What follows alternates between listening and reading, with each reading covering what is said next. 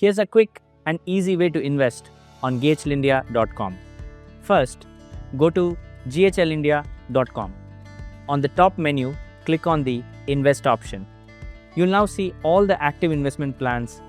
Choose the plan you like and click on Invest to check all the details. Everything you need to know about the plan is clearly explained there.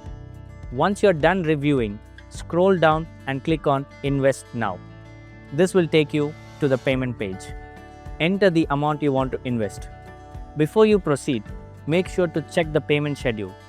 Here, you can clearly see the tax details and the returns you can expect from this investment.